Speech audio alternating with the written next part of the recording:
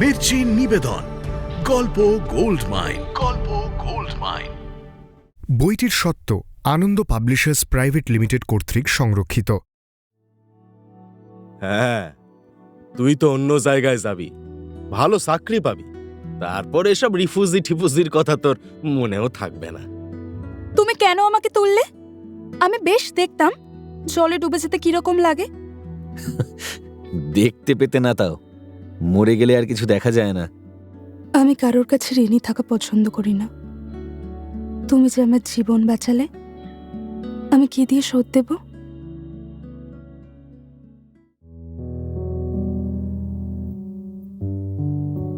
মির্চি গল্প গোল্ড মাইনে আপনাকে স্বাগত। মণিমাণিক্যে ভরা বাংলা সাহিত্যের কিছু কালোজয়ী উপন্যাস ও গল্প দিয়ে সাজানো আমাদের এই মির্চি গল্প গোল্ড মাইন। সুনীল গঙ্গোপাধ্যায়ের উপন্যাস অর্জুন, ভালোবাসার ভাঙা গড়ার গল্প, পর্ব ৫।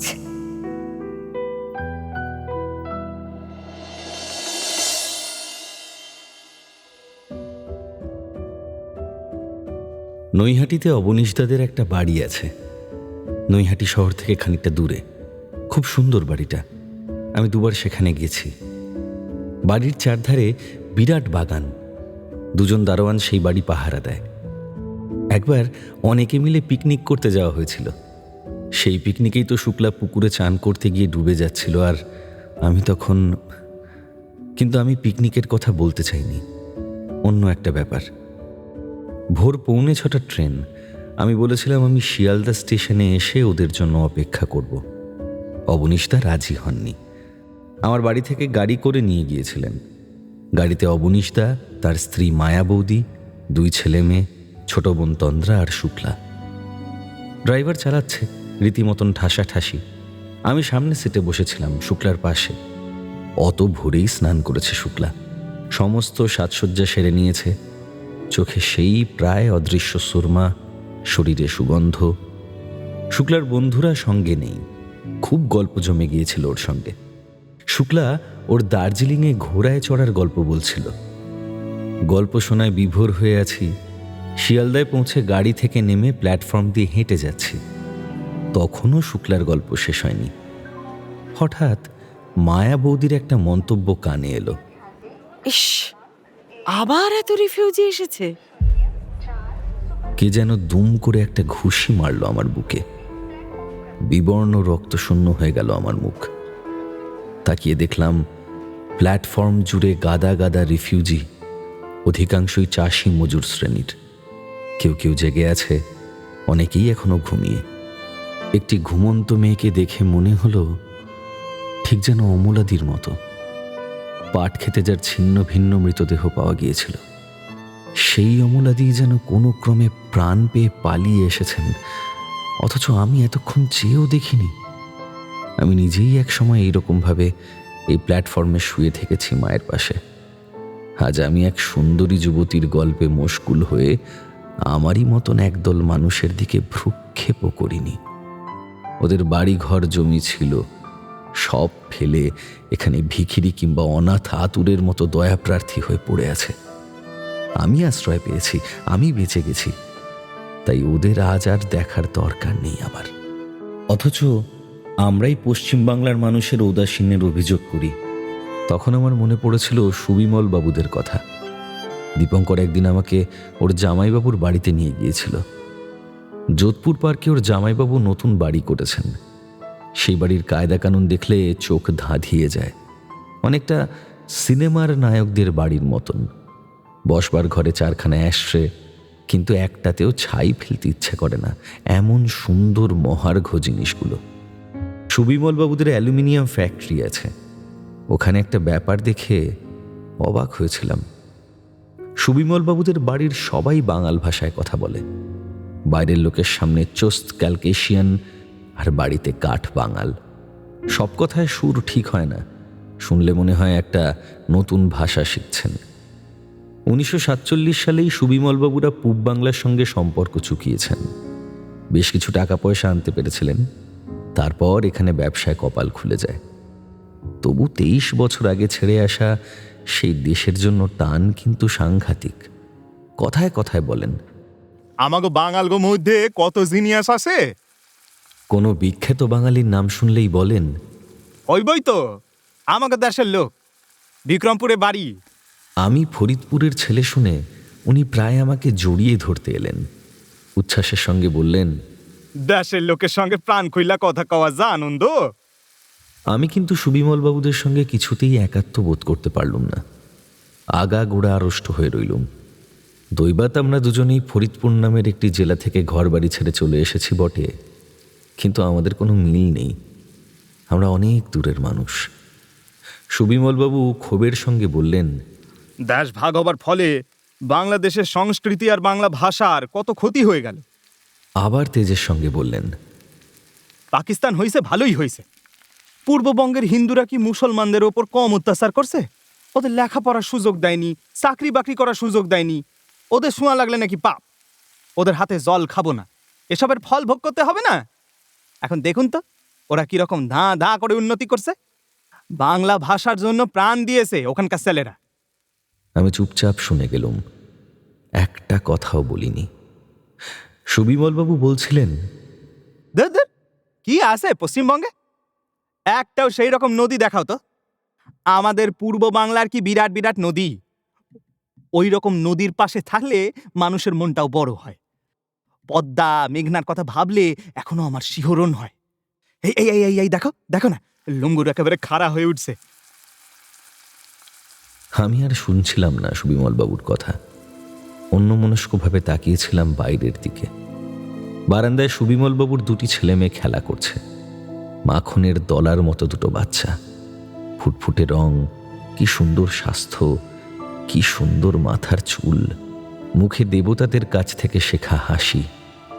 আমার মনে হলো ছেলেবেলায় আমরা বড় কষ্ট পেয়েছি, বড় দুঃখ দুর্দশায় কেটেছে আমাদের প্রিয় শৈশব। বয়স্কদের দুঃখের চেয়েও শিশুদের কষ্ট পাওয়া বেশি মর্মান্তিক। আহা, এই শিশুরা যেন সেরকম কষ্ট না পায়, ওরা আনন্দের স্বাদ পাক। ঘুঘুডাঙ্গার কাছে একটা কারখানায় কাজ করত দিব্য। 6 মাস ধরে বেকার হয়ে বসে আছে। কারখানা লকআউট, শিগগিরই খোলারও সম্ভাবনা নেই। আরও কয়েক জায়গায় চাকরির চেষ্টা করেছিল, কিন্তু এখন চাকরির বাজার দারুণ টাইট। দারুণ স্বাস্থ্যবান একটি দুরন্ত যুবক, সারা দিন কোনো কাজের অভাবে ছটফট করে। ট্যাক্সি ড্রাইভার হারান কিছুদিন দিব্যকে তার অ্যাসিস্ট্যান্ট করে নিয়েছিল। রাত 8টার পর তার একজন সঙ্গী দরকার, আর দিব্যর মতন একজন বডিগার্ড পেলে তো কথাই নেই। কদিন ঘোরার পর দিব্যর ও কাজ ভালো লাগেনি। তার চেয়ে হারান্দা যদি তাকে ড্রাইভিংটা শিখিয়ে দিত, তাহলে সেও ট্যাক্সি ড্রাইভারই করতে পারত। কিন্তু হারান তার সময়ই পায় না। তাছাড়া পরের গাড়ি স্টিয়ারিং দিব্যর হাতে দিতে সাহসও হয় না। পড়াশোনায় নেহাত খারাপ ছিল না দিব্য, কিন্তু দেশত্যাগের ডামাডোলে এখানে এসে 2 বছর নষ্ট হয়। তারপর কিছুদিন স্কুলে ভর্তি হয়েছিল, তবে আর সুবিধে করতে পারেনি। অর্জুনের চেয়ে বয়সে বড় হলেও সে ভর্তি হয়েছিল অর্জুনের সঙ্গে একই ক্লাসে। অর্জুন ফার্স্ট হলো আর সে ফেল করলো বলেই সেই লজ্জায় একেবারেই ছেড়ে দিল পড়াশোনা। তার কিছুদিন পরেই সে আলটপকা একটা চাকরি পেয়ে গিয়েছিল। গত ইলেকশনে 2-3টে পার্টি তাকে খুব আদর করে ডাকাডাকি করেছে, তাকে খাইয়েছে, টাকা দিয়েছে। সেই থেকে দিব্য একটা আলাদা মূল্য বুঝতে পেরেছে নিজের। এখন সে চায়ের দোকানে ঢুকে বিনা পয়সায় চা খায়, সিগারেটের দোকান থেকে সিগারেট তুলে নেয়। এমনি এমনি রেশনের দোকানে ঢুকে বলে, দেহি 1 কিলো চিনি। কেউ দাম চাইলে ঘাড় শক্ত করে চোখ রাঙিয়ে বলে, দেব দেব। এত তারা কিসের? হ্যাঁ, এত তারা কিসের? আর কিছু বলতে হয় না। দিব্যর কিছু চেলাও জুটে গেছে, তারা সব সময় তার সঙ্গে সঙ্গে ঘোরে। তার চেলারা রাস্তার বাল্ব চুরি করে, ইলেকট্রিকের তার কাটে, লোকের বাড়ির লেটার বক্স খুলে নিয়ে যায়। দিব্য সব ছোটখাটো ব্যাপারে কখনো হাত গন্ধ করে না, তবে সে ওদের নিরাপত্তা দেয়। এ রাস্তা দিয়ে চালের চোরাচালান হয় নিয়মিত। খালের এপারে রেশন এলাকা, ওপারে অনিয়ন্ত্রিত এলাকা। ওদিক থেকে এদিকে চাল আসে। পুলিশকে 4 আনা 8 আনা ঘুষ দিলেই চলে, কিন্তু দিব্যর হাত এড়াবার উপায় নেই। মাঝে মাঝেই সে রাস্তার মাঝখানে টেম্পো কিংবা সাইকেল রিক্সা দাঁড় করিয়ে গম্ভীর গলায় বলে, দেহি কিলো চাল আছে দেহি। চুপ কইরা আছিস কেন? দেখা শালা হারামির বাচ্চা। যতটা চাল থাকে তার অর্ধেকটা দিব্য কেড়ে নেবেই। বেআইনি চাল কেড়ে নেওয়ার জন্য পুলিশের কাছে অভিযোগ করতে পারে না কেউ। একবার একজন দিব্যকে মারার জন্য ছুরি তুলেছিল। দিব্য তার হাত দুখানা এমন মুচড়ে দিয়েছে যে সেই লোকটা আর জীবনে কখনো তার হাত তুলতে পারবে না মাথার ওপর। সেই ছুরিখানা রয়ে গেছে দিব্যর কাছে। তার অবশ্য ব্যবহার করার দরকার হয় না। অর্জুন বইপত্র গোছাচ্ছিল। দিব্য বাইরে থেকে জানলার পাশে দাঁড়িয়ে জিজ্ঞেস করলো, কিরে অর্জুন, আজ বেরোবি নাকি? হ্যাঁ রে, আজ একটু বেরোবো ভাবছি। আয় ভিতরে আয় না। না রে ভাই, এখন আর যাব না। তুই কখন বেরোবি? আধ ঘন্টার মধ্যেই বেরোবো। একবার ইউনিভার্সিটিতে যেতে হবে। আসলে তোর সঙ্গে একটা কথা ছিল। কি বল না, আয় না ভেতরে।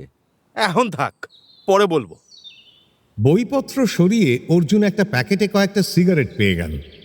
কয়েকদিনের পুরনো। তা হোক, রাত জেগে পড়ার জন্য অর্জুন একসময় সিগারেট টানা শুরু করেছিল, কিন্তু নেশা হয়নি। অর্জুন জিজ্ঞেস করলো, এ দিব্য, সিগারেট খাবি নাকি? দে একটা। সিগারেট দিতে এসে অর্জুন লক্ষ্য করলো দিব্যর মুখখানা একটু ম্লান। কোনো কারণে আজ তার মন খারাপ। দিব্য তার বলিষ্ঠ হাতে জানলার শিক নাড়াচাড়া করছিল। জানলা থেকে তোর চেয়ারটা তো বেশ খানিকটা দূরে। এতখানি হাত বাড়িয়ে তোরে মারলো, তুই দেখতে পেলি না? অন্ধকার ছিল, আমি জানলার দিকে পেছন ফিরে বসেছিলাম। আশ্চর্য, ভারী আশ্চর্য। আচ্ছা দিব্য, আমাকে কে মারলো বলতো? দিব্য তার ম্লান মুখখানা তুলে অর্জুনের চোখের দিকে তাকিয়ে বলল, তোরে কে মারছে জানলে আমি একদিনে তার ঘেটি সিঁড়া ফেলাইতাম। না না, ঘেটি ছেঁড়ার দরকার নেই। যেই মারুক, আর সে কিছু করতে পারবে না আমাকে। অর্জুনের দীর্ঘ শরীর, লম্বা আঙুল ও তীক্ষ্ণ ঝকমকে চোখ দেখে বিশ্বাস করতেই ইচ্ছে হয় যে সামনাসামনি কেউ তাকে চট করে পর্যুদস্ত করবে না। দিব্য তবু বলল, তুই সাবধানে থাকিস অর্জুন। কলোনির মধ্যে এসা যারা এরকম কাণ্ড করার সাহস করে, তারা বাইরে কোথাও তোরে পেলে। আচ্ছা, সেদিন যে মেয়েটা এসেছিল, তার বাপ কাকার রাগ নেই তো তোর উপর? দাদাটারে তো অবশ্য ভালোই মনে হলো। অর্জুনের হাসি আর থামতেই চায় না। সে হাসতে হাসতে বলল, শুক্লার বাবা, এসব কথা তোর মাথায় ঢুকলো কি করে? একটা ছেলের সঙ্গে একটা মেয়ে কথা বললেই তার বাবা গুন্ডা লাগিয়ে মার খাওয়াবে? দূর পাগল। তুই জানোস না, কলকাতার বড় লোকরা মুখে যতই মিষ্টি কথা কোক, আমাকে দেখতে পারে না। অর্জুন সিগারেটটা বাইরে ছুঁড়ে ফেলে দিয়ে একটু অন্যমনস্কভাবে বলল, কেওল সিং আর কোনো গন্ডগোল করেছে নাকি?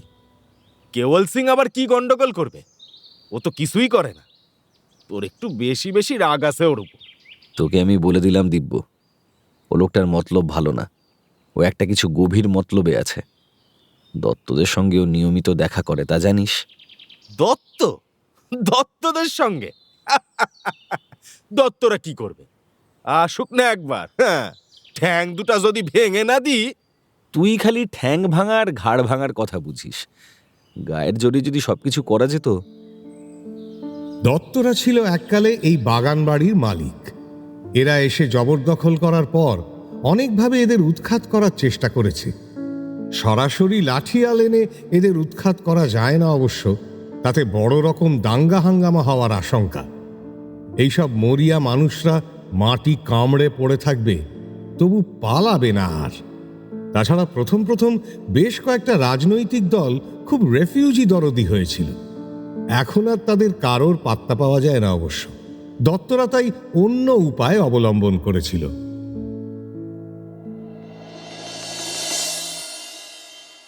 পশ্চিমবঙ্গের অবস্থা যখন দিন দিন খারাপ হয়ে আসতে লাগলো, তখন এখানকার লোকের মধ্যে আস্তে আস্তে একটা ধারণা জন্মালো যে রেফিউজিরাই হচ্ছে যত নষ্টের গোড়া।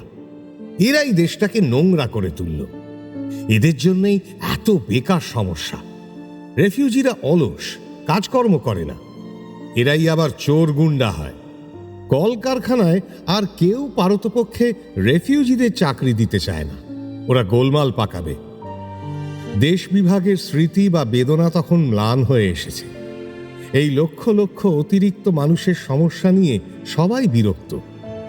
কেন এইসব মানুষ ছিন্নমূল হয়ে গেল সে কথা আর কারো মনে পড়ে না। রাজনৈতিক দলগুলি রেফিউজিদের ভেতর থেকে ক্যাডার সংগ্রহ করার জন্য বেশ তৎপর, কিন্তু তাদের সমস্যা নিয়ে মাথা ঘামায় না। রেফিউজিরাও আলাদাভাবে সংঘবদ্ধ হতে পারেনি। তাদের দুর্দশার দ্বিতীয় স্তর শুরু হলো এই সময়। 2-4 দিন দত্তদের বড়বাবু কয়েকজন সাঙ্গপাঙ্গ নিয়ে এসেছিলেন কলোনির প্রবীণদের সঙ্গে কথা বলতে। যে নাচঘরে এককালে ঝাড়লণ্ঠনের আলোয় তাঁরা বাইজি নাচাতেন, সেই নাচঘরে ঢুকতে পারেননি আর। আম গাছতলায় বাঁধানো বেদিতে বসেছিলেন। দত্তবাবু বেশ বিনীতভাবে প্রস্তাব দিয়েছিলেন যে, এতগুলো মানুষ যে আমার বাগানে এসে আশ্রয় নিয়েছে সে তো বেশ ভালো কথাই, আমি খুব খুশি হয়েছি। কিন্তু আমারও অবস্থা পড়ে এসেছে, আমাকেও তো খেয়ে পড়ে বাঁচতে হবে। এই বাগানের আম, জাম, লিচু আর নারকোল বেচে আর পুকুর জমা দিয়ে আমার কিছু আয় হতো, সেই অধিকার আমাকে ফিরিয়ে দেওয়া হোক। এই প্রস্তাবে কলোনির লোক প্রায় রাজি হয়ে গিয়েছিল। পরের জমি দখল করার সামান্য গ্লানি তখনও তাদের মনে অবশিষ্ট ছিল। ভূস্বামীকে খানিকটা অধিকার ফিরিয়ে দিতে তাদের খুব আপত্তি ছিল না, কিন্তু এর পরের প্রস্তাবটা বেশ গণ্ডগোলের। দত্তবাবু যখন সাঙ্গপাঙ্গ নিয়ে এসে বসতেন আম গাছতলায়, চারপাশে গোল হয়ে ভিড় করে দাঁড়িয়ে থাকত কলোনির সব লোক। ফিনফিনে আদ্দির পাঞ্জাবি ও কোঁচানো ধুতি, হাতে রূপো বাঁধানো লাঠি, নাকের নিচে পুরুষ্টু কাঁচা পাকা গোঁপ। দত্তবাবু আসবার সময় বাচ্চাদের গাল টিপে আদর করতেন। বাচ্চারা ভয় পেয়ে দূরে ছিটকে পালাতো অবশ্য। সিমেন্টের বেদিতে বসার পর তিনি দামি সিগারেটের প্যাকেট বার করে বিলোতেন কলোনির প্রবীণদের মধ্যে। হারাধন সুযোগ পেলেই একসঙ্গে 2-3টে সিগারেট নিয়ে নিতেন। দত্তবাবুর দ্বিতীয় প্রস্তাবটা ছিল, কলোনির লোকেরা সবাই চিরকালের জন্য থাকুক, তাতে আপত্তি নেই, কিন্তু এরকম এলোমেলোভাবে সবাই ঘর বেঁধেছে এটা ঠিক নয়। প্রত্যেকটি পরিবারের জন্য আমি মাপঝোঁক করে পরিবারের আয়তন অনুযায়ী 1 কাঠা 1.5 কাঠা করে জমি দিয়ে দিতে রাজি, কিন্তু বাড়িগুলো থাকবে পাশাপাশি সারিবদ্ধভাবে। যাদের বাড়ি সরিয়ে এনে নতুন করে বাড়ি বানাতে হবে তাদের আমি ক্ষতিপূরণ দেব।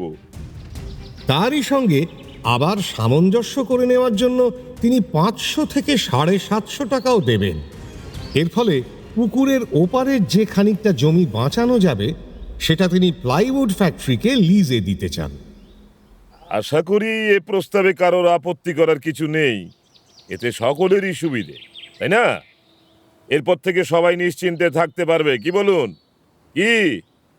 কি বলেন আপনারা? কি? নিরীহ সাদামাটা মানুষগুলো এই প্রস্তাবটা ঠিক বুঝতে পারেনি। ভ্যাবাচাকা খেয়ে এ ওর মুখের দিকে তাকিয়েছে। কি মানে কি এর? অনেক দুঃখ কষ্টের পর একটু থিতু হয়ে বসার অবস্থা এসেছিল, হঠাৎ এ আবার কি? অজ্ঞাত আশঙ্কায় বুক দুরুদুরু করে, আবার হাত বাড়িয়ে ধরতেও ইচ্ছে করে। বিশেষত ওই 500-700 টাকা পেয়ে যাওয়ার সম্ভাবনার দিকে চোখ আঠার মতো আটকে যায়। এতগুলো টাকা একসঙ্গে কত দিন দেখেনি এরা। খসখসে কাগজের নতুন টাকা, কি সুন্দর গন্ধ, ছুঁলে আঙুলে কিরকম আরাম লাগে। কেউ সঠিক মতামত দিতে পারেনি, সবাই একসঙ্গে চেঁচামেচি করেছে। বুড়োদের মধ্যে কেউ কেউ ওই টাকার লোভে প্রায় রাজি। ছোকরারা কোনো রকম পরিবর্তনের বিরোধী। অর্জুন তখন ছেলে মানুষ, তার মতামতের কোনো মূল্য নেই। সে ভিড় থেকে দূরে তার কুকুরটাকে নিয়ে একা একা ঘুরে বেরিয়েছে। আর তার উন্মাদ দাদা তাকে বলেছে, দেখিস আবার হিন্দুস্তান পাকিস্তান এক হইয়া যাবে, আমরা আবার ফিরা যাবো, এই কুকুরটারে সাথে লইয়া যাবো, ফেলাইয়া যাবো না। 1 মাস ধরে চলেছিল এই আলোচনা। দত্তদের বড়বাবু আরও মিষ্টি হাসি মুখে আরও দামি সিগারেট ও বাচ্চাদের জন্য লজেন্স নিয়ে আসেন। কলোনির সবাই মিলে চেঁচামেচি করে, কেউ কারুর কথা শুনতে দেয় না। তাদের কোনো দলপতি নেই, তাদের কেউ মন্ত্রণাদাতা নেই। তবু বসতবাড়ি ছেড়ে যাওয়ার দুঃখ যে কি, যার বাড়ি সে ছাড়া অন্য কেউ তা কিছুতেই বুঝবে না। যারা একবার সেই বসতবাড়ি ছেড়ে এসেছে, আবার বাড়ি ভাঙার প্রস্তাবে তারা শিউরে ওঠে। তবু টাকাটার লোভে এই প্রস্তাবে হয়তো অনেকেই রাজি হতো, কিন্তু নিশি ঠাকুরদা অনবরত আপত্তি তুলে যাচ্ছিলেন তার দৃষ্টিহীন ভাঙা গলায়। তিনি প্রথম প্রস্তাব সম্পর্কেই বলেছিলেন, বাগানের গাছগুলানের উপর অধিকার দেওয়া মানে দৈত্যদের হাতে পুরো বাগানটার অধিকার থাইকা যাওয়া, বুঝলা না? অর্থাৎ এই বাগানে অন্যদের ঘর বানানো এখনো বেআইনি, বুঝছো কিনা? দৈত্যরা কি সবাই রে দলিল কইরা লেখাপড়া কইরা দিবা? বরং যেখানে যে আছে যদি চাইপা বৈশা থাকে, তাহলে গভর্নমেন্ট থেকেই একদিন না একদিন স্বীকৃতি দিবা, বুঝলা? অন্য কয়েকটা কলোনি এমন তোর স্বীকৃতি পাইছে হুনো নাই। দৈত্যরা কম্পেনসেশনের জন্য সরকারের সঙ্গে লড়ুক না, লড়ুক, দেখা যাও কার কত দৌড়। নিশি ঠাকুরদার যুক্তি অনেকে শোনেনি, কিন্তু অন্য একটা ব্যাপারে আরও জট পাকিয়ে গেল। ঠিক এই সময়টাতেই পুনর্বাসন দপ্তরের লোক এসে ঘোরাঘুরি করতে লাগলো। তারা আন্দামান কিংবা দণ্ডকারণ্যের সুখ স্বর্গে পাঠাবার জন্য লোভনীয় প্রস্তাব দিতে লাগলো পরপর। প্রত্যেকের বসত বাড়ি, চাষের জমি, গ্যাস ডোল, কত কি। এই কলোনির একটা লোকও যে কোশমিনকালেও চাষই ছিল না, সে কথা মাথাতেই ঢুকল না। অর্জুনের পাগল দাদা পুনর্বাসন দপ্তরের লোকেদের হাত চেপে ধরে বলেছিল, আমাগো ফরিদপুরে পাঠাইয়া দেন, আমরা সেখানেই ভালো থাকু, সব এক হইয়া গেছে, জানেন না? দত্তদের প্রস্তাব আর পুনর্বাসন দপ্তরের প্রস্তাব আলাদা হলেও দুটোর মধ্যে একটা গোপন মিল চোখে পড়ল সবারই। আবার তাদের ভিটে ছাড়া করবার একটা চক্রান্ত টের পেয়ে গেল। তাতেই আবার এককাট্টা হয়ে গেল এই সরল গোঁয়ার মানুষগুলো। চাঁচা ছোলা যুক্তি দেখাবার মতন ভাষা জ্ঞান ওদের নেই, তাই ওরা লাঠি সোটা নিয়ে তাড়িয়ে দিল পুনর্বাসন দপ্তরের লোকেদের। দত্তদের আর ঢুকতেই দিল না কলোনির মধ্যে। দত্তদের বড়বাবুর গাড়িতে এমন ইটপাটকেল মারল যে তিনি প্রাণ নিয়ে পালালেন, আর এমুখ হননি। তবে আশা ছাড়েননি দত্তরা। অর্জুন জানে দত্তরা এখন প্লাইউড ফ্যাক্টরির মালিকদের সঙ্গে সরাসরি কথা চালাচ্ছে। নিতে পারে নিক না। এখন প্রস্তাব আসছে প্লাইউড ফ্যাক্টরির পক্ষ থেকে। কেওল সিং বেশ কয়েকবার বলেছে, অন্তত 5টা পরিবারও যদি বাড়ি সরিয়ে পুকুরের এপারে সরে আসে, তাহলে সে ফ্যাক্টরিটা বাড়াতে পারে। এবার সে পরিবার পিছু 1000 টাকা করে দিতে রাজি আছে। কিন্তু অর্জুন সবাইকে বলে দিয়েছে, কেউ কিছুতেই জমি ছাড়বে না। অর্জুন পড়াশুনোয় ভালো, তার মাথা এত পরিষ্কার, শহরের কত মানুষের সঙ্গে তার জানাশুনো। এখন অর্জুনের কাছে অনেকেই পরামর্শ নিতে আসে। দিব্য বলল, তোর না বেশি বেশি রাগ কেওল সিং এর উপর। লোকটা তো খারাপ না। লোক খারাপ ভালোর প্রশ্ন নয়, ওর স্বার্থ আর আমাদের স্বার্থ মেলে না। কেন? কেওল সিং তো স্বার্থপর নয়। ওর ফ্যাক্টরি থেকে ইলেকট্রিকের পোস্ট না আনতে দিলে কলোনিতে এত সহজে ইলেকট্রিক আসতো? ইলেকট্রিক না এলেও ক্ষতি ছিল না। থাকার জায়গায় যদি না পাওয়া যায়, তাহলে আলো দিয়ে কি হবে? গত রায়টের সময় কেওল সিং এর ফ্যাক্টরির লোকেরা আমাদের কলোনি পাহারা দিয়েছে। গত রায়টে আমাদের কেউ আক্রমণ করেনি, আক্রমণ করার প্রশ্নও ওঠে না। ওরা ফ্যাক্টরির লোকরা তাল খুঁজছিল কৈখালির দিকে মুসলমান গ্রামগুলোকে আক্রমণ করার। তুইও ওদের সঙ্গে মেতে উঠেছিলি। তোর উচিত হয়নি দিব্য। আমরা এখানে শান্তিতে থাকতে এসেছি, মারামারি করতে আসিনি। তোর আর কি, তুই তো বেশ আরামেই আছিস। সবচেয়ে বড় বাড়িটা পেয়েছিস তোরা, কেউ সেখান থেকে তোদের তুলতেও আসে না। এরকম অবস্থায় অন্যদের জন্য দরদ দেখানো সহজ, বুঝলি? সে কথা ঠিক, মাঝে মাঝে আমার লজ্জাই করে এজন্য। কিন্তু কলোনির সবাই তো বামুন বলে আমাদের আর হারান্দাদের এখানে থাকতে দিয়েছিল। আরে রাখতো তোর বামুন। বামুন বলে কি মাথা কিনেছে নাকি? বামুনের আছেটা কি তোদের? আমি তো বলেইছিলাম এখানে একটা স্কুল বসাতে। কলোনির ছেলেরা লেখাপড়া শিখতে পায় না। মুখে বলাটা না সহজ, তুই তো মস্ত বিদ্বান হয়েছিস। নিজেই বসা না একটা স্কুল দেখি। তোরা সকলে সাহায্য না করলে কি করে হবে? তোরা যদি হারান্দাকে রাজি করাতে পারিস, আমি এক্ষুনি এ বাড়ি ছেড়ে দিতে রাজি আছি। আমি আর মা দুজন মাত্র মানুষ, আমরা অন্য কোথাও গিয়ে থাকবো। হ্যাঁ, তুই তো অন্য জায়গায় যাবি, ভালো চাকরি পাবি, তারপর এসব রিফিউজি টিফুজির কথা তোর মনেও থাকবে না। এ কথার উত্তর দিল না অর্জুন, সামান্য একটু হাসল। এ কথা তাকে অনেকেই বলে, কথাটা সত্যি কি মিথ্যে অর্জুন তা জানে না। অন্যমনস্কভাবে সে একটা বইয়ের পাতা উল্টাতে লাগলো। জানলার শিকে মুখখানা চেপে ধরে দিব্য বলল, অর্জুন শোন না, তুই আমার একটা চাকরি জোগাড় করে দিতে পারিস? আমার আর এসব ভাল লাগে না রে। চাকরি? তুই কি চাকরি করবি? যে কোনো চাকরি। তোর এত লোকের সঙ্গে চেনা জানা, তুই আমার জন্য একটা ব্যবস্থা করে দিতে পারিস না? আমি কি করে চাকরির ব্যবস্থা করব বলতো? যা চাকরির বাজার এখন। তুই চেষ্টা করলে ঠিক পারবি। আজকাল ধরাধরি ছাড়া না চাকরি হয় না রে। তুই সবাইরে একটু বলে দেখ না। ব্যাপারটা হচ্ছে কি জানিস, চাকরি টাকরি দিতে পারে ঠিক সেই ধরনের লোকের সঙ্গে আমার তেমন চেনাশুনো নেই। তাছাড়া কারোর কাছ থেকে কোনো ফেভার আমি একদম চাইতে পারি না রে। তুই আমার জন্য কাউরে কিচ্ছু বলতে পারিস না? আচ্ছা ঠিক আছে, দেখবো এখন চেষ্টা করে। মুশকিল হচ্ছে আমার তো অন্য লাইন। থাক, বুঝেছি, তোরে কিচ্ছু করতে হবে না। তোরে একটা কথা বলে দিস, কাউরে যদি সামান্য একটু সাহায্য না করতে পারিস, তাহলে তারে বড় বড় কথা বলতে আসিস না।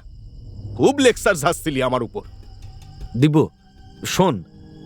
বুঝেছি বুঝেছি, তুই আমারে কখনো কিচ্ছু বলতে পারবি না, খবরদার বলে দিলাম। আমি আমার নিজের লাইন নিজেই দেখে নেব। তুই যে আমাকে একটা কথা বলবি বলছিলি, সেটা কি এই কথা? না, অন্য একটা কথা ছিল, কিন্তু সেটা আর বলার দরকার নেই। জানলা ছেড়ে হনহন করে চলে গেল দিব্য।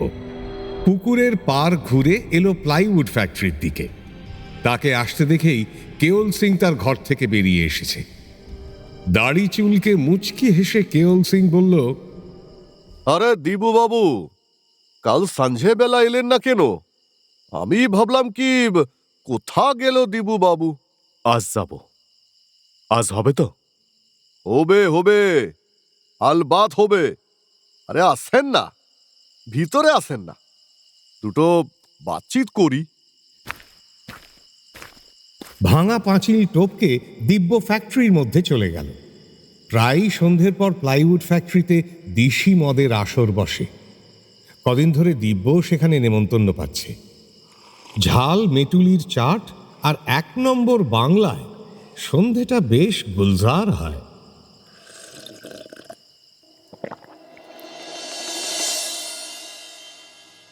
স্নান করে খেয়ে অর্জুন বাড়ি থেকে বেরিয়ে পড়ল। অনেক দিন বাদে সে আবার হেঁটে বেরিয়েছে। বেশ লাগছে পৃথিবীটা। কুকুরটা লাফাতে লাফাতে চলেছে সঙ্গে সঙ্গে। এইভাবে বড় রাস্তা পর্যন্ত অর্জুনের সঙ্গে যাবে। কাল রাত্রে বৃষ্টি হয়েছে। গাছের পাতাগুলো এখন ধোয়া মোছা পরিষ্কার। আম গাছে নতুন পল্লব এসেছে। একেবারে ওপরের পাতাগুলো লালচে বেগুনি রঙের, তারপর তকতকে সবুজ। একটা কুবো পাখি কোথায় যেন বসে কুবকুব করে ডাকছে। অর্জুন শত চেষ্টা করেও পাখিটাকে কোনোদিন দেখতে পায়নি। বাউন্ডারি ওয়ালের পাশেই যাদের ঘর, সেখানকার কার্তিক নামের একটা ছেলে কিছুক্ষণ পাশে পাশে হাঁটতে লাগলো অর্জুনের। কার্তিক নতুন নতুন অভিযোগ শোনাচ্ছে কেওল সিং এর নামে। অর্জুনের এসব কথা শুনতে এখন ভালো লাগছে না। তার পা দুটো এখনো খানিকটা শিশুর মতো টলটল করছে। মাথাটা একটু ভারী ভারী লাগছে। পৃথিবীতে সে যেন আবার নতুন করে হাঁটতে শিখছে। এই আনন্দটা সে উপভোগ করতে চায় একা। অর্জুন বলল, কেউল সিং এর কথায় কান না দিলেই পারিস। ও কি করবে আমাদের? কিছু করতে পারবে না। দেশে কি আইন নেই নাকি? ওর লোকজন রোজ রোজ আমাদের উঠোনে ঢুকে পড়ে যে, পচা কাঠের গন্ধ। লোকজনদের তাড়িয়ে দিলেই পারিস। একা না পারিস অন্যদের ডাকবি। আমার মনে হয় অর্জুন, তোকে কেউল সিংই লোক দিয়ে মারিয়েছে। ধ্যাৎ, আমাকে মেরে ওর কি লাভ? আমার তো বাড়ি নেই ওখানে। তোর সাথে এত লোকের চেনাশুনো, তুই থানা পুলিশ করতে পারবি। তুই আপত্তি না করলে ও বেটা কবে আমাদের উৎখাত করে দিত। যা, বাজে বকিস না। এত সামান্য কারণে কেউ মানুষকে মারে না রে। আমার উপর বোধহয় আর কারো খুব রাগ আছে, যার কথা হয়তো আমি জানিই না। যা, এখন বাড়ি যা, আমাকে কলেজে যেতে হবে। কার্তিক চলে যাওয়ার পর বাকি পথটুকুতে অর্জুন কলোনির মধ্যে দুটো ঝগড়া দেখল। হরিপদ জ্যাঠার বাড়ির সঙ্গে পাশের বাড়ির দারুণ ঝগড়া চলছে। এত কুৎসিত গালাগালি যে কান পাতা যায় না। তার পাশেই বাচ্চারা ছিপি আর বাটখারা নিয়ে খেলছে। প্রত্যেকটা গালাগাল মুখস্থ করে নিচ্ছে ওরা। ওদেরই মা বাবার মুখ থেকে শোনা, শিখতে অসুবিধে নেই। আর একটু দূরে লিচু গাছতলায় তিনটে বয়স্ক ছেলে ঝগড়া করছে প্রচণ্ড গলায়। পৃথিবীতে আর কে শুনছে তার খেয়াল নেই। কিসের একটা ভাগাভাগি নিয়ে যেন ওদের ঝগড়া। ওদের গালাগালি ওদের মা বাবার চেয়েও অনেক জোরালো। ভাবভঙ্গি দেখে মনে হয় এক্ষুনি মারামারি লাগবে। যদি দিব্য এসে পড়ে, একমাত্র সেই থামাতে পারে ওদের মারামারি। অর্জুন একটা দীর্ঘশ্বাস ফেলল। আজকাল কলোনির মধ্যে ঝগড়া মারামারি বেড়েছে। অর্জুন এটা লক্ষ্য করেছে। গ্রামের মানুষের মধ্যেও কি ঝগড়া হয় না? কিন্তু এখানে একতার বেশি দরকার ছিল। আবার যদি দত্তবাবুরা আসে, সবাই কি এক হয়ে তাদের তাড়িয়ে দিতে পারবে? প্রবীণরা, যাদের এখনো পুরনো কথা মনে আছে, তারা কখনো কখনো গুম হয়ে থাকে, দীর্ঘশ্বাস ফেলে। আর যারা ছিল তখন নেহাত শিশু, আগের কথা মনে নেই, কিংবা যারা এখানে আসার পর জন্মেছে, তাদেরও সব স্মৃতিকৃতির বালাই নেই। তারা বড় হয়ে উঠছে। তারা চায় কাজ, স্বাচ্ছন্দ্য আর অন্যদের সমান হয়ে উঠতে। সেগুলো না পেয়ে গায়ে মাখছে নিচু তলার সমাজের ক্লেদ। কথায় কথায় হিংস্র দাঁত নখ বার করতে চায়। ওদের ফেলে এগিয়ে গেল অর্জুন। লাবণ্যদের বাড়ির সামনে নাড়ুর কাঁধে হাত দিয়ে নিশি ঠাকুরদা দূরের ঝগড়া কান পেতে শোনার চেষ্টা করে বারবার জিজ্ঞেস করছেন, বলি, ও নাড়ু, ওখানে চেঁচায় কারা? কি হয়েছে? কি মারামারি করে নাহি? নাড়ু উত্তর দেওয়ার দরকার মনে করে না। এক মনে একটা পেয়ারা চিবিয়ে যায়। ঠাকুরদা চোখে দেখতে পান না কিছু, তবু সব কিছু জানতে চান। তাঁর বহুদিনের পুরনো পোড় খাওয়া হৃদয়টা এখনো অন্য মানুষের কথা ভাবে। একটু দূরে লাবণ্য পূর্ণিমার সঙ্গে দাঁড়িয়ে কথা বলছে। অর্জুন একবার ভাবল যে লাবণ্যকে ডেকে জিজ্ঞেস করবে, সে পড়া জিজ্ঞেস করতে যাবে বলেছিল, গেল না কেন। কিন্তু ডাকল না। এখন তার তাড়াতাড়ি আছে। লাবণ্যর সঙ্গে শুধু একবার চোখাচোখি হলো তার। লাবণ্যও কিছু বলল না। এই সময় সুখেন এসে একবার লাবণ্যকে দেখল, তারপর অর্জুনকে। খানিকটা এগিয়ে গিয়ে বেশ জোরে গান গেয়ে উঠল সে। এক ছিল বামুনের ছেলে, সে তো এমনি বিট কেলে, পিরিত করে ধোপার মেয়ের পা ধুয়ে খেলে। অর্জুন গানটার কথাগুলো মন দিয়ে শোনেনি, কিন্তু সুখেনের মুখে একটা চোর চোর ভাব দেখে তার মনে পড়ে গেল। লাবণ্যও বলেছিল সুখেনের কথা। লাবণ্যকে বিয়ে করতে না পেরে সুখেনের বড্ড রাগ। বামুনের ছেলে মানে কি তার কথা বলছে? লাবণ্যর বাবার ডাইং ক্লিনিং আছে বলে ওকে কেউ কেউ ধোপার মেয়ে বলে, এ কথা অর্জুনও জানে। আরে, ওরা কি লাবণ্যকে জড়িয়ে তার সম্বন্ধে এই কথা ভাবে নাকি? এইসব ব্যাপারে মাথা ঘামাবার সময়ই পায়নি অর্জুন। লাবণ্য তার কাছে পড়া জিজ্ঞেস করতে যায়, সেই জন্যই ওদের এই ধারণা। মেয়েটার পাশ করার বড় ইচ্ছে, অন্যরকম জীবন পাওয়ার বড় ইচ্ছে। অর্জুন ডাকল, এই সুখেন, শোন। সুখেন দাঁড়ালো না, সাট করে সরে পড়ল। অর্জুন একবার ভাবল ফিরে গিয়ে ওকে ধরবে, পরক্ষণেই মনে মনে হাসল। সেও কি অন্যদের মতো ঝগড়া শুরু করবে নাকি? কলোনি থেকে বেরিয়ে অর্জুন কুকুরটার মাথায় একটা চাঁটি মেরে বলল, যা বেচারাম, বাড়ি যা যা। অর্জুন এগিয়ে গেল বাস স্টপের দিকে। লাবণ্যকে ছেড়ে পূর্ণিমার কথা ভেবে একটা দীর্ঘশ্বাস পড়ল ওর। পূর্ণিমাকে একদিন অর্জুন ভিক্টোরিয়া মেমোরিয়ালের পাশে দেখেছিল। অর্জুন নজরের বাইরে, তবু লাবণ্য চেয়েছিল তার ফেলে যাওয়া পথের দিকে। ফলে পূর্ণিমা কখন এসে প্রায় ঘাড়ের কাছে দাঁড়িয়েছে লাবণ্য খেয়াল করেনি। কিরে লাবি, তুই গেলি না? কোথায় যাব? এই যে বললি তোর সিট কোথায় পড়েছে দেখার জন্য কলেজে যাবি। হ্যাঁ যাব তো, একটু পরে যাব। অর্জুনদার সঙ্গে গেলেই পারতি। অর্জুনদা তো এইমাত্র গেল। অর্জুনদার সঙ্গে কেন যাব? অর্জুনদা তো আমার কলেজের দিকে যাবে না।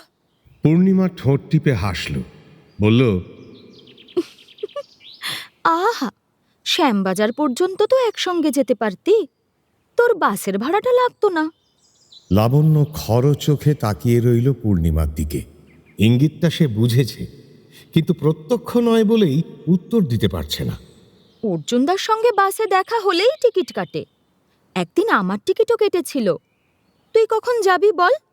আমিও তো অফিস যাব, একসঙ্গে বেরুবো। আমি যাব 12:30-1টার সময়।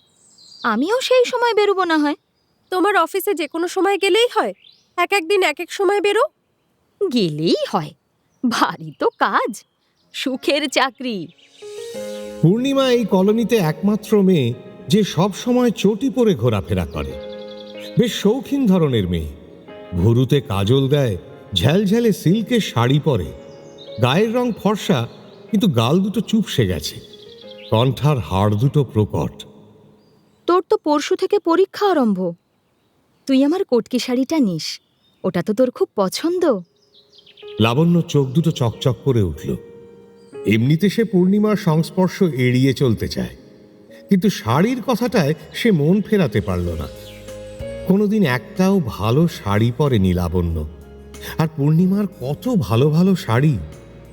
লাবণ্যর পরীক্ষা দিতে যাওয়ার জন্য একটাও ভালো শাড়ি নেই। ভেবেছিল মায়ের বহুকালের পুরনো ঢাকাই শাড়িটাই পরবে। খানিকটা ফেঁসে গেছে অবশ্য, তবু যদি চাপা দেওয়া যায়। কাঁচা আছে শাড়িটা, নইলে আমি কেচে নিতে পারি।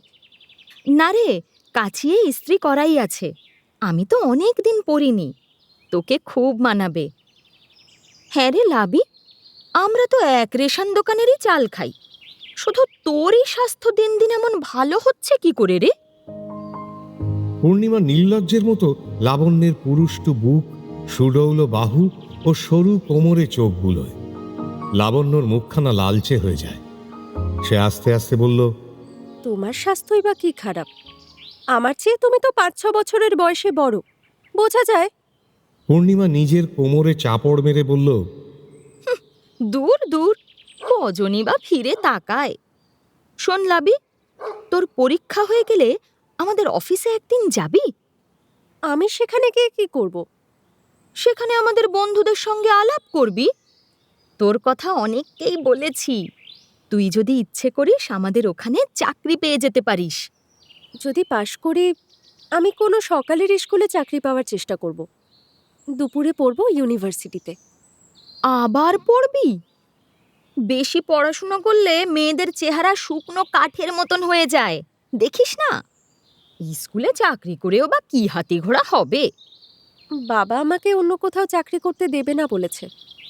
স্কুলে ক পয়সাই বা মাইনে, চেঁচিয়ে চেঁচিয়ে মুখের রক্ত উঠে যাবে।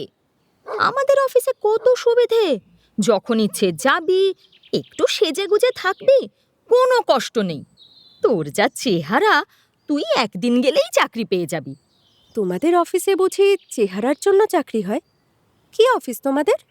আরে রাখ রাখ, দেখলাম তো অনেক। মেয়েদের চেহারাটাই সব। হদ্দ কুচ্ছিত হলে যতই তার গুণ থাক, কেউ পাত্তা দেবে না।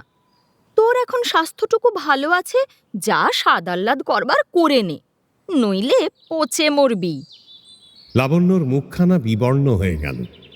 তার শরীর সম্পর্কে কেউ এরকম ইঙ্গিত করলে সে দারুণ অপমানিত বোধ করে। কিন্তু ছেড়ে কথা কইবার মেয়ে লাবণ্য নয়। সে চোখ মুখ লাল করে বলল, তোমার লজ্জা করে না পূর্ণিমাদি? তোমার কি অফিস আমি জানি না ভেবেছ? তুমি ধর্মতলায় গিয়ে এক চায়ের দোকানে বসে থাকো আর অচেনা লোকের সঙ্গে। কি বললি? কি বললি? তোমাদের এরকম মানি বংশ, আর তুমি? মুখে পোকা পড়বে তোর। মিথ্যে কথা বললে মুখে পোকা পড়বে। আমি চায়ের দোকানে বসে থাকি? বেশ করি বসে থাকি। কার বাবার কি? আমি কি করি না করি সে কথা একটা ধোপানির কাছ থেকে শুনবো? ধোপানি কেন? দাসী বাঁধি হওয়াও এর থেকে অনেক ভালো। তোরা তাই হবি। তোদের কপালে তাই আছে। কলেজে পড়িস বলে তোর বড্ড বার বেড়েছে। তুই যে অর্জুনের সঙ্গে ঢলাতে যাস, সুরুত সুরুত করে ওর ঘরে ঢুকে পড়িস আর বেহায়ার মতন। মুখ সামলে কথা বলবে পূর্ণিমাদি। ফের যদি ওরকম কথা বলো। কেন? কি করবি কি? বলবোই তো, সবাইকে বলবো। অর্জুন যখন তোর পেট।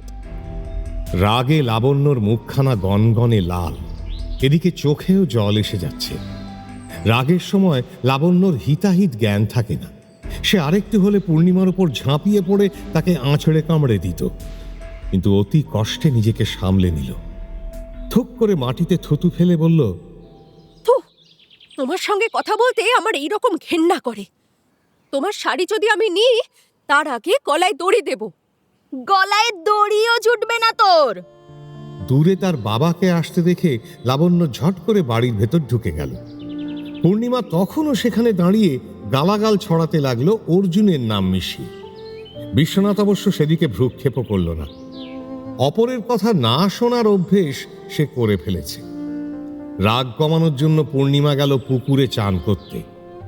অলিখিত নিয়ম অনুযায়ী পুকুরের দুদিকের দুটো ঘাট মেয়েদের আর পুরুষদের আলাদা। মেয়েদের ঘাটে এখন আর কেউ নেই, পুরুষদের ঘাটে বেশ ভিড়। পূর্ণিমা ঘাটে দাঁড়িয়েই তেল মাখল, অনেকক্ষণ ধরে সাবান মাখল গা উদলা করে। ওপারের হ্যাংলারা দেখছে দেখুক। যখন রাগ থাকে তখন পুরুষ জাতটাকে ভিখিরি ভাবতে ভালো লাগে তার। পূর্ণিমা এখন ওদের ভিক্ষে দিচ্ছে। তার শরীরের দৃশ্য খেয়ে দে সেই কটকি শাড়িটাই পরল সেদিন পূর্ণিমা। তারপর পান খেয়ে ঠোঁট লাল করে হাতে একটা লাল ব্যাগ নিয়ে একটু বেশি করে শরীর দুলিয়ে হাঁটতে লাগলো। পূর্ণিমা এখন অফিস যাচ্ছে। দর্পের সঙ্গে তাকালো লাবণ্যদের বাড়ির দিকে। দেখুক, পোড়ার মুখীটা দেখুক। পূর্ণিমা কাউকে গ্রাহ্য করে না। পূর্ণিমার বাবা হারাধন তখনও বিশ্বনাথের দোকানের পাশে ঘুরঘুর করছেন। দোকানে এখন বিশ্বনাথ নেই, নাড়ু বসে আছে। তাকেই মিষ্টি কথায় ভোলাবার চেষ্টায় ছিলেন। মেয়েকে দেখে তাড়াতাড়ি রাস্তায় নেমে পড়লেন। পূর্ণিমার সঙ্গে খানিকটা হেঁটে হারাধন নিচু গলায় বললেন, পুনি, আমারে 5টা টাকা দিলি না? কদিন ধরে চাইছি যে। দিলাম যে তোমায় 2-3 দিন আগে। মিথ্যা কথা, মিথ্যা কথা। সে তো গত শনিবার দিছিলি। আজ আবার টাকা দিয়ে কি হবে? দে মা, দে। বুড়ো বাপটা চায়, দে। তোর ভালো হবে। অফিস থেকে এসে দেব। এখন টাকা কোথায় পাবো? ওহো, বলি অত রাতে টাকা দিয়ে কি করো? হ্যাঁ, দেখ দেখ দেখ দেখ দেখ, আছে তোর কাছে। আরে আমার কাছে বিড়ি কেনারও পয়সা নাই। বাস এসে গেছে। পূর্ণিমা আর দেরি করতে পারবে না। বিরক্তভাবে ব্যাগ খুলে সে 2টো টাকা বের করে বলল, এই নাও। রোজ রোজ এরকম জ্বালাতন করলে আমি কিন্তু আর বাড়ি ফিরবো না বলে দিচ্ছি। রাগ করস কেন মা? রাগ করস কেন?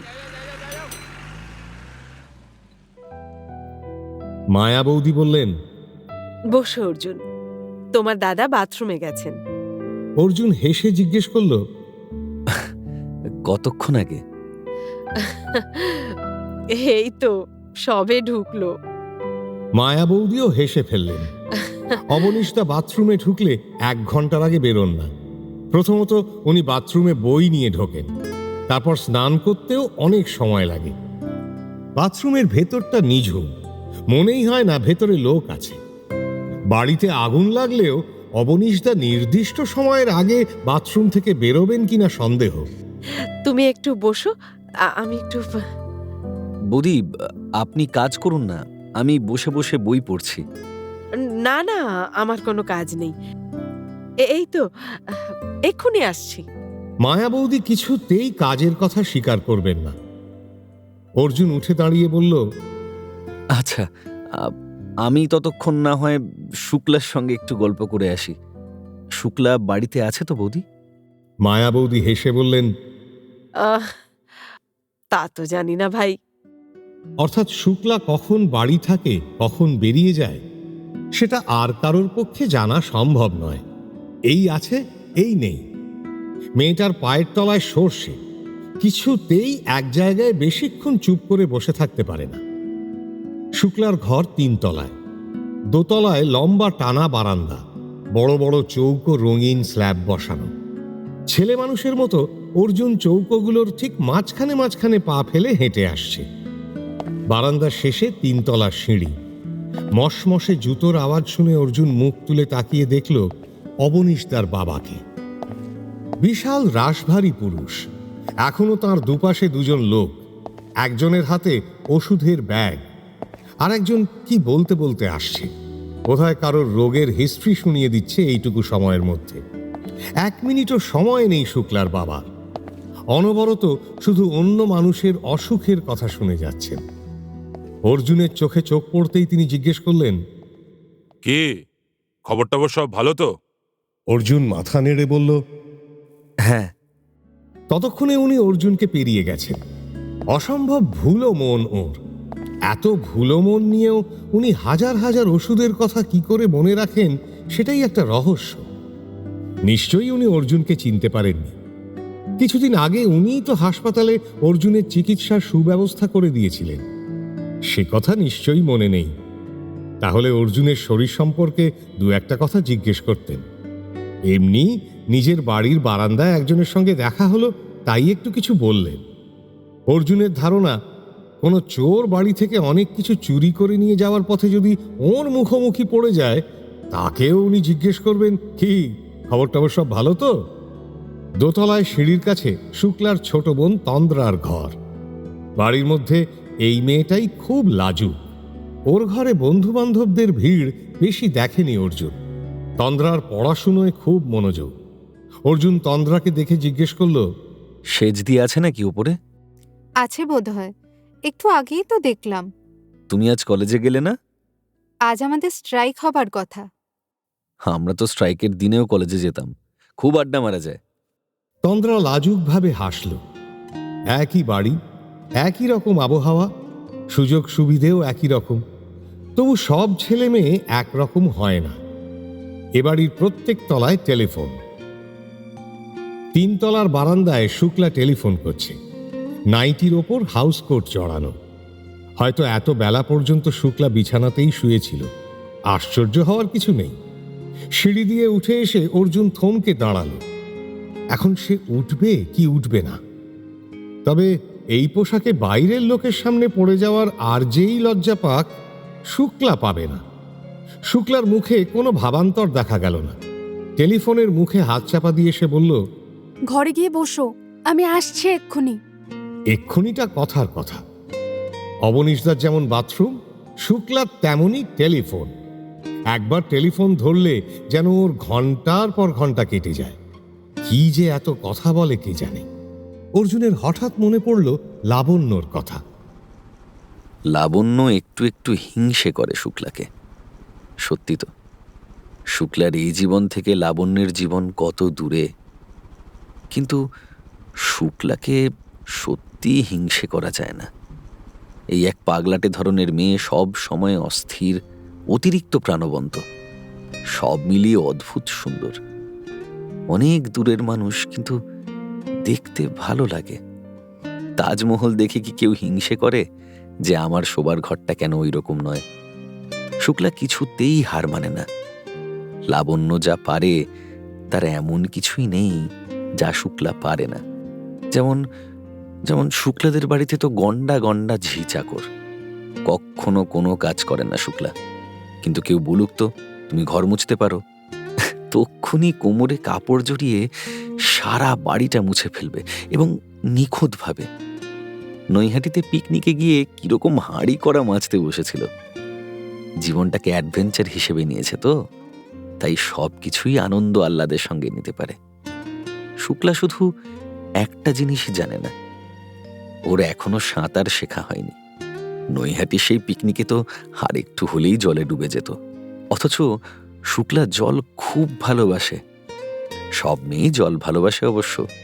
জলের পাশে বসলেই তাদের অনেক গভীর কথা মনে পড়ে, কিন্তু সাঁতার শিখলেই জলকে বেশি ভালোবাসা যায়। এটা অনেকটা শরীর দিয়ে ভালোবাসার মতন।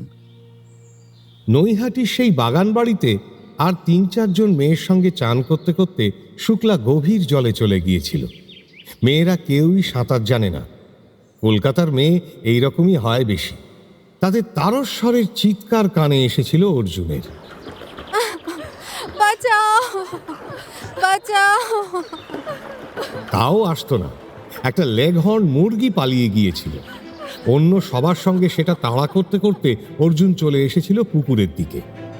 একটা প্রাণীকে মারার জন্য ছুটতে ছুটতে আর একজনের প্রাণ বাঁচানো হয়ে গেল। জামা প্যান্ট শুদ্ধই তাকে জলে ঝাঁপিয়ে পড়তে হয়েছিল। আর দেরি করা যেত না। শুক্লা সত্যিই অদ্ভুত মেয়ে। সেদিন প্রাণে বেঁচে যাওয়ার পরেও অর্জুনের ওপর তার কি রাগ! জ্ঞান ফেরার পর ঝাঁঝালো গলায় অর্জুনকে সে বলেছিল, তুমি কেন আমাকে তুললে? আমি বেশ দেখতাম জলে ডুবে যেতে কিরকম লাগে। দেখতে পেতে না, তাও মরে গেলে আর কিছু দেখা যায় না। মরার আগে পর্যন্ত তো দেখতে পেতাম। আমার দম আটকে আসছিল, আকুপাকু করছিলাম, বেশ নতুন রকম লাগছিল। খুব স্মার্ট হবার চেষ্টা করছো এখন, না? বেশ লাগতে পারে, কিন্তু মরার পর যে আর বাঁচা যায় না, সবার কাছে সেটা গল্প করে বলাও যায় না। অবনীশদা বলেছিলেন, অর্জুন, তুমি যাও তো শুক্লাকে আবার জলে ফেলে দিয়ে এসো। ওর যখন এত মরার শখ। শুক্লা তবু অর্জুনকে বলেছিল, তুমি কেন আমাকে বাঁচাতে গিয়েছিলে? কে তোমাকে বলেছে? কেউ বলেনি। এটা মানুষের ইনস্টিংক্ট। জলের মধ্যে আমি তোমাকে খুব মেরেছিলাম, তোমার মনে আছে? সেটাও ইনস্টিংক্ট। আমি নিজে বাঁচবার চেষ্টা করছিলাম। তুমি এমনভাবে আমাকে জড়িয়ে ধরছিলে, না মারলে আমি ডুবে যেতাম। ওর অন্য বন্ধু বান্ধবের সামনে জড়িয়ে ধরার কথাটা শুক্লার একেবারেই পছন্দ হয় না। শুক্লা রাগ রাগ মুখ করেছিল, প্রবল আফসোস করেছিল। আমার লাইফ সেভিং সার্টিফিকেট আছে, আমি শুনতে পেলাম না। শুক্লা খানিকটা পরে অর্জুনকে নির্জনে বলেছিল, আমি কারোর কাছে ঋণী থাকা পছন্দ করি না। তুমি যে আমার জীবন বাঁচালে, আমি কি দিয়ে শোধ দেব? সেই ঋণ কি কখনো শোধ হবে? অবনীশদার কাছে এ বাড়িতে এলেই শুক্লা 3 তলার ঘরটা যেন চুম্বকের মতো টানে অর্জুনকে। কেন? এই এখন শুক্লার দুধ সাদা বিছানার পাশে একটা সাদা সোফায় বসে অর্জুন অপেক্ষা করছে শুক্লার লম্বা ফোনালাপ কখন শেষ হবে। আজ এখানেই থামতে হচ্ছে আমাদের। আগামী পর্বে দেখা যাক কোথাকার জল কোথায় গিয়ে দাঁড়ায়। শুক্লা কি তেমন কিছু বলবে অর্জুনকে? চেষ্টা করবে জীবনের ঋণ শোধ করার?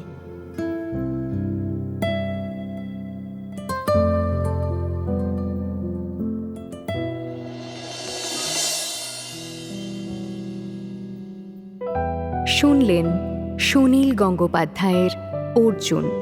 আজ শুনলেন পর্ব 5। নাট্যরূপ অর্পিতা চট্টোপাধ্যায়, উপস্থাপনায় শিবাশিস বন্দ্যোপাধ্যায়, পরিচালনায় দেবলীনা আচার্য, বিশেষ তত্ত্বাবধানে সৌভিক গুহ সরকার, সৃজনশীল পরিচালনায় ইন্দ্রাণী চক্রবর্তী, প্রযোজনায় ভিজুয়াল অডিও, ভাষ্য শেখর, অর্জুন দীপ কাইজার বাসু, মায়া শ্রাবণী মুখার্জি, সুবিমল ভিকি দাস, দত্তবাবু জয় মুখার্জি, দাদা সায়ন্তন ঘোষ, ঠাকুরদা রূপন দাশগুপ্ত, কেওল অভিষেক মুখার্জি, সুখেন সৌরভ চক্রবর্তী, লাবণ্য ছন্দবাণী দত্ত, পূর্ণিমা সুতপা পুরকাইত, শুক্লা নিশা দরিয়া, দিব্য শুভায়ন রয় এবং অন্যান্য শিল্পীরা।